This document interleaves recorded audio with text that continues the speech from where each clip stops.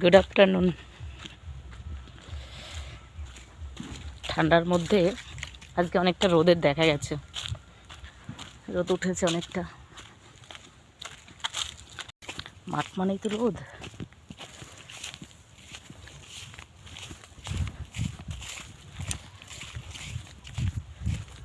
মাস্টারের কাছে যাচ্ছি। ওই দেখো কি সুন্দর রোদ উঠেছে মাঠের মধ্যে।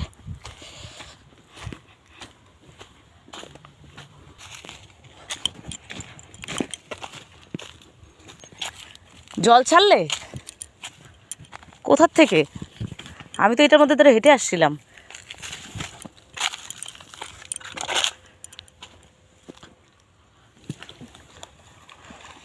বীজগুলো লাগানো হয়ে গেছে? এ সবে জল ছাড়লো? হ্যাঁ,